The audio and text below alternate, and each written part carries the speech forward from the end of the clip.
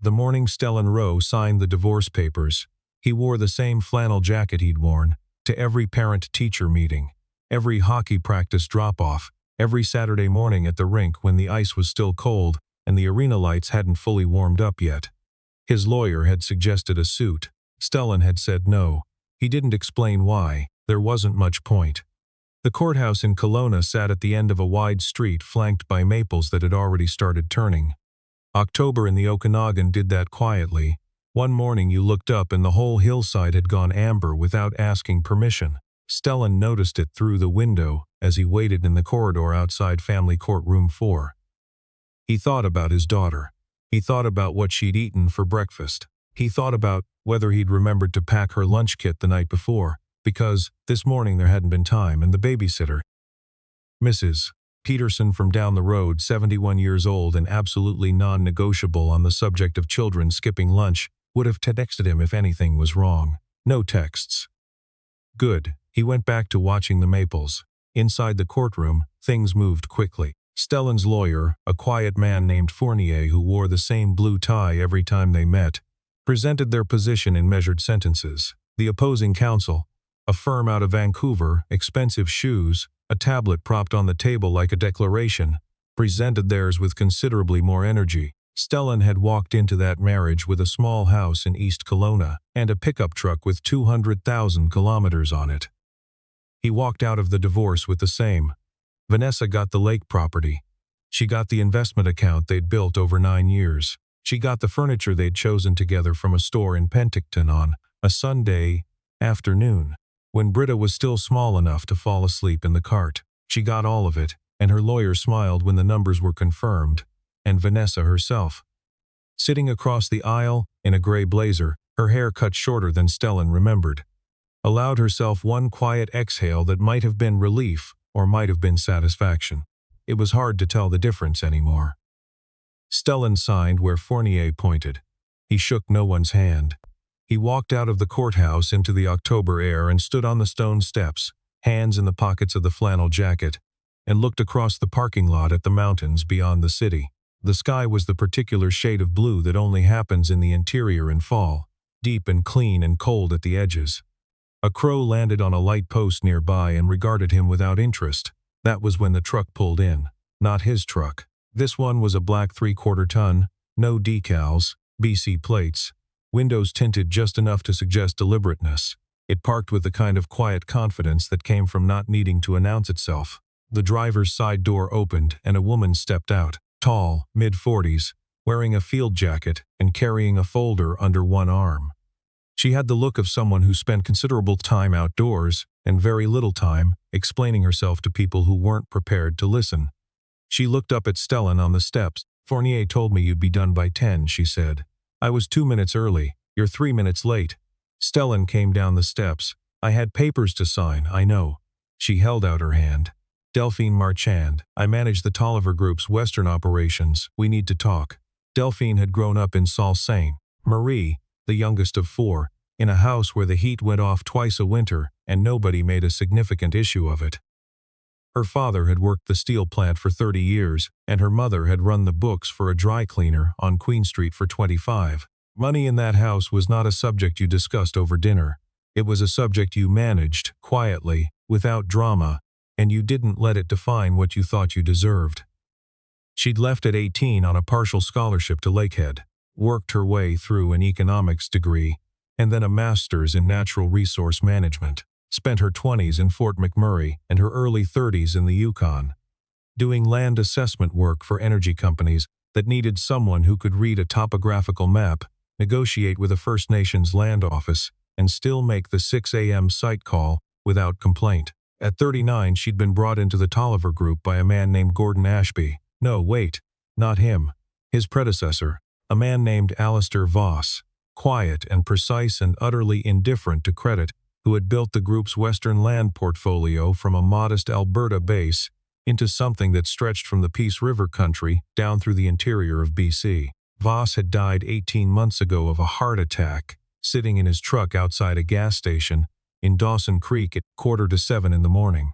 He'd left behind 3 grown children, a house in Smithers, and, as it turned out, a considerable legacy and trust arrangements that his estate lawyers were still working through. Delphine had not expected to be part of that legacy. She'd been wrong. She hadn't told anyone yet. Not her sister in Thunder Bay. Not the 2 women she went trail running with on Saturdays. Not the man she'd been seeing, loosely, for about 4 months, who was kind and uncomplicated and probably deserved better than loosely. She'd been sitting on it for 6 weeks, waiting to understand what it meant, and in the meantime doing what she always did. Going to work, reading the files, making the calls, driving the roads. The file that had brought her to Kelowna in October had Stellan Rowe's name on the cover sheet. They sat in Delphine's truck in the courthouse parking lot because Stellan said he didn't want coffee. And Delphine said the nearest place she knew was 15 minutes away, and neither of them felt like driving. "You know the Clearwater Reach property," Delphine said. It wasn't a question. "I surveyed it," Stellan said, 8 years ago, for Voss. "Right." She opened the folder on the console between them. "Voss commissioned that survey after the 2014 boundary dispute. Your assessment is the one that settled it. The group's been using your numbers ever since." Stellan looked at the papers without touching them. "I haven't worked for the Tolliver Group in 6 years. No. You went independent. You've been doing residential and small commercial assessment in the valley." She said it without judgment, which he noticed. "You also did the environmental compliance work on the West Side Road development, the Naramata bench parcels, the orchard consolidation up near Summerland. You've been following my work." "Voss did," she said. "He kept a file." She paused. He kept a lot of files. The silence that followed had a particular texture. Outside, a couple came down the courthouse steps, younger, holding hands with the slightly uncoordinated energy of people who have just been through something significant. Stellan watched them until they reached their car. "Why are you here?" he said. Delphine set her hand flat on the folder. Voss's estate included a discretionary trust. Land assets primarily, but also a carried interest in 4 active properties. One of them is the Clearwater Reach expansion parcel, 140 acres the group optioned last year, but hasn't done final assessment on. She looked at him. "Voss stipulated in the trust document that the assessment has to be done by you. Specifically you. He named you." Stellan was quiet for a moment. "Why?" "He wrote that you were the only person he'd trusted to look at land without telling it what he wanted it to say." She said it plainly. "I didn't know Voss well, but I think he meant it as a compliment." Stellan looked out the windshield. The crow was gone from the light post. The maples were still doing their slow, indifferent burning at the edge of the sky. "What's the carried interest worth?" he said finally. Delphine told him. He didn't react. Not because he didn't feel anything. He felt quite a lot, in the sudden, disorienting way you feel things when a number lands in your chest and rearranges everything you thought you understood about the shape of your life. He didn't react because reacting felt like something he needed to do in private. "I need to get home," he said. "My daughter's lunch." Delphine nodded. "I'll send you the trust documents tonight. Nothing happens without your signature." He opened the door. The cold air came in. "Rowe," she said, and he stopped. "I'm sorry about what happened in there today." He looked at her. Her face was steady, not performing sympathy. "So am I," he said. He got out and walked to his truck. Britta was 7 years old and had her father's gray eyes and her mother's precise particular way of arranging things. Her shoes were always lined up at the door. Her books were organized, not alphabetically, but by color, which she had explained to Stellan once, was more logical, because you could find what you were looking for, faster, if you remembered what it looked like. He had not been able to argue with this. She was sitting at Mrs. Pedersen's kitchen table when Stellan arrived, eating a grilled cheese sandwich cut into 4 triangles with the corners slightly separated the way she liked them. "Dad," she said, in the tone of someone who has been waiting patiently and is making a note of it. "Brit." He crouched down and she let him hug her without putting down the sandwich, which he took as affection. Mrs. Pedersen stood at the counter with her tea and gave him the quiet, assessing look of a woman who had raised 4 children and had opinions about things she mostly kept to herself. She'd known Stellan since he'd moved into the neighborhood 6 years ago, before Britta, before most of it. "How'd it go?" she asked. "Done," he said. That was all she needed. She nodded. "There's soup if you haven't eaten." He hadn't eaten. He sat at Mrs. Pedersen's kitchen table across from his daughter and ate lentil soup from a bowl that had a small chip in the rim and listened to Britta, explain a disagreement she'd had with a classmate named Riley about the correct way to play a game that seemed to involve a significant amount of negotiated rules. And he thought, this is the thing. This has always been the thing. Not the lake property, not the investment account, not the furniture. This. Delphine sent the documents at 9:15 that evening. Stellan read them at the kitchen table. After Britta was in bed, the house quiet around him. The kind of quiet that is only possible when you've finally exhaled after holding your breath for longer than you knew. The trust was structured cleanly. Voss had been precise about everything. The acreage, the option terms, the conditions of assessment. The carried interest was tied to the completion of the survey, and a recommendation that would either advance or close the expansion. If the land was viable and the recommendation was positive, the interest converted. If not, it reverted to the estate. Stellan's name was in the document 11 times. He hadn't known Voss well, not personally. They'd spent 4 days together on the Clearwater Reach property 8 years ago. Voss, in his waders, Stellan with his equipment, both of them working in the particular companionable silence of people who respect each other's concentration. Voss had asked him once, over a camp stove on the second evening, what he thought about when he was reading a piece of land. Stellan had said, I try not to think, I try to listen. Voss had looked at him for a long moment and then said, that's the right answer. He hadn't known at the time that it would matter. People said things in the field that they meant and then forgot. Or meant and didn't forget, but kept to themselves until the moment was right. Voss had kept it for 8 years. Stellan sat at his kitchen table in the quiet house and thought about that, and about Britta's shoes lined up at the door, and about 140 acres of interior wilderness that were waiting to be listened to. He signed the authorization and sent it back. The call from Vanessa's lawyer came on a Thursday, 2 weeks after the courthouse. It was brief and not unexpected. Vanessa was requesting a modification to the access schedule, a work opportunity, extended travel. She was sorry for the disruption. Stellan called Fournier. Fournier called it manageable. Stellan called it something else, but not in front of Britta. What he did in front of Britta was drive her to hockey practice on Saturday morning while the ice was still cold, and the arena lights flickered on in their slow, warming way. He sat in the stands in his flannel jacket and drank bad coffee from the arena concession and watched her find her edges on the ice, testing, correcting, pushing out again. She fell twice, got up twice. The second time she glanced at the stands. And he raised his coffee in a small salute, and she rolled her eyes with the extravagant patience of a 7-year-old who finds her father mostly embarrassing, but occasionally acceptable. He thought, I would sign those papers 100 times if it meant this. Delphine drove out to the Clearwater Reach property on the second Saturday in November. When the first real snow had come to the higher elevations and the larch had gone gold above the tree line. She went alone, which was her preference. She had a meeting with the estate lawyers the following week, and she wanted to see the land before the lawyers turned it into a spreadsheet. She wasn't supposed to be attached to any of this. She was a professional. She managed assets. She assessed risk. She didn't drive 2 hours into the backcountry on a Saturday to stand in the snow and think about a man she'd met for 20 minutes in a courthouse parking lot. And yet, she read Stellan's original survey twice since the meeting. It was a technical document. Elevations, drainage, soil classifications, slope stability. But there was something in the language of it that was different from the assessments she usually read. He hadn't editorialized. He hadn't told the land what to be. He just described what was there, with the kind of precision that came from genuine attention. A man like that was unusual. In her experience, people, particularly men in industries built around extraction, had trouble looking at a piece of land without seeing what they could take from it. Stellan's report read like someone looking at something he was trying not to disturb.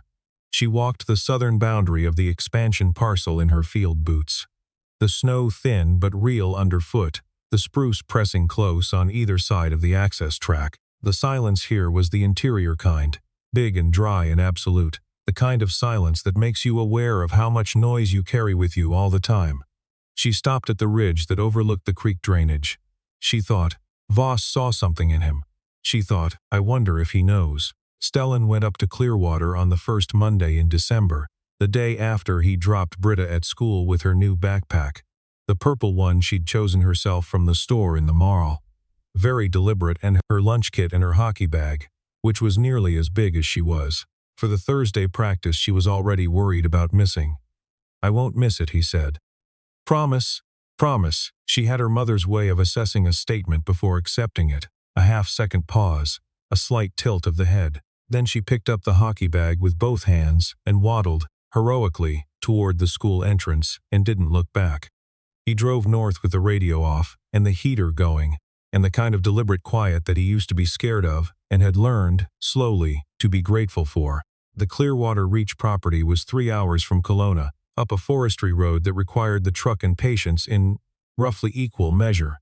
The snow was real up here, 8 or 10 centimeters of early season pack, the kind that looked permanent but wasn't quite. The trees were close and the light came in sideways, and the creek moved dark and clear between its frozen edges. He got out and stood in it for a moment before he started working. Listened. Delphine's meeting with the estate lawyers had produced two things: a clearer picture of the trust structure and a piece of information she hadn't been expecting. Voss had left a letter personal, separate from the legal documents, addressed to the trustee, which was technically Delphine's position at the group, and marked with a date that was almost 2 years old. She read it in her truck outside the lawyer's office in Vancouver, the rain coming down on Howe Street in the particular gray Vancouver way that made everything feel both dramatic and inevitable. The letter was short, 5 paragraphs. Voss's handwriting was precise and slightly old-fashioned, the kind of penmanship that had been taught with a ruler. He'd written about the Clearwater Reach property. He'd written about what he thought it could be, not extracted, not developed in the conventional sense, but protected in a way that made the protection itself valuable. There was a growing market for that: conservation easements, carbon credits, ecotourism licensing. Voss had been thinking about it for years. He'd written, "The assessment has to be honest. The land has to be read without agenda. I know one person who can do that." And then, in the 4th paragraph, which was the one that made Delphine sit in the rain for another 20 minutes before she could drive, "The interest I'm leaving in trust isn't a transaction. It's an acknowledgement. That man spent 4 days reading a piece of land I'd already decided I wanted, and then he told me, professionally, carefully, without apology, that what I thought I wanted to do with it would damage a critical riparian corridor. He was right. I changed the plan. The creek is still running. These things should be recognized." Delphine looked at the rain on the windshield. She thought about Stellan, in the courthouse parking lot, hands in his jacket pockets, looking at the mountains with the patient expression of a man who had decided not to perform his pain for anyone. She thought, he has no idea. They met again at the property in mid-December. Delphine had driven up separately. Stellan was already there when she arrived, his truck parked at the access gate, boot prints in the snow leading toward the ridge. She found him at the creek. He was crouching at the water's edge in his waders, not doing anything in particular, just watching the current move under the thin shelf of ice at the margin. The spruce above him were heavy with snow. The light was flat and white and exact. He heard her coming and stood without startling. "Assessment's done," he said. He stopped. "Listening," she said. He looked at her. "I read your letter to the estate," she said. "Voss's letter. The one that explains why your name is in the trust." Stellan was quiet. "He wrote about the creek," she said. "That you protected it. I just gave him the report. You told him his plan was wrong." It was wrong. "Stellan." She said his name carefully. "The way you say something you've been thinking about for a while. Most people don't do that. Most people look at what a client wants and tell them how to get it. You looked at what the land needed and told him the truth." He looked at the water. The current moved dark and deliberate beneath the ice at the edges. "I have a daughter," he said, which was not an obvious response to what she'd said, but which she understood immediately. "I know," she said. "I don't." He stopped again. Started over. "I didn't fight in that courtroom, because fighting would have meant she'd grow up watching her parents destroy each other. I thought, what does she need from this? She needs a father who's still standing when it's over. She doesn't need a lake house." He paused. "The things that are actually mine, I kept." Delphine thought about the 4th paragraph of Voss's letter. She thought about the creek and the riparian corridor and the way water found its way regardless of what people built in front of it. "Your assessment," she said. "What's the recommendation?" "Conservation easement," he said. Upper drainage is intact. If you run it right, the carbon credit value alone will exceed the development potential in 8 years. And the creek stays. The group's board won't love it initially. The numbers will convince them. He glanced at her. Will you? She considered this. Yes, she said. The conversion happened in February, after the board meeting, after the papers were filed, after Fournier called Stellan on a Tuesday afternoon and said numbers in the same measured voice he used for everything. And Stellan sat in his truck in the school parking lot because he'd been waiting to pick up Britta, and the numbers hit him in the chest the same way they had in October, and this time he let himself feel it. He sat there for a few minutes. Then Britta came out the school doors with her backpack and her hockey bag, waddling heroically again, and she spotted his truck and changed direction with the total confidence of someone who has exactly one person in the world she counts on completely and has never had any reason to doubt him. He got out to take the hockey bag. How was practice? Good, she said. I didn't miss it. You didn't miss it, I told you. She handed him the hockey bag. Riley said, I have a good slap shot. Riley's right. She climbed into the truck and buckled herself in with the efficient self-sufficiency she'd been developing lately that both amazed him and, quietly, broke his heart a little, the way all competence in small children does when you understand what it means. He put the truck in drive. Dad, she said, looking out the window as the school got smaller behind them. Yeah, are we going to be okay? He'd been waiting for that question for 4 months. He'd rehearsed answers, discarded them, rehearsed others. All of them felt too big or too small. We already are, he said. She thought about this for a moment, with that assessing pause, that slight tilt.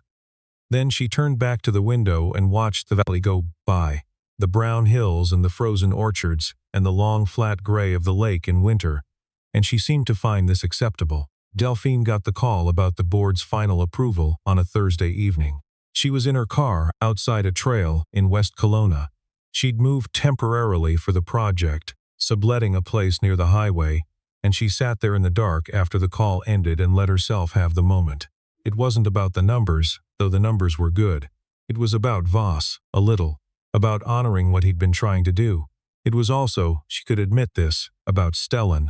She'd called him twice since December, both times professional, both times brief, both times with a specific quality of restraint on both ends that she was fairly certain was mutual.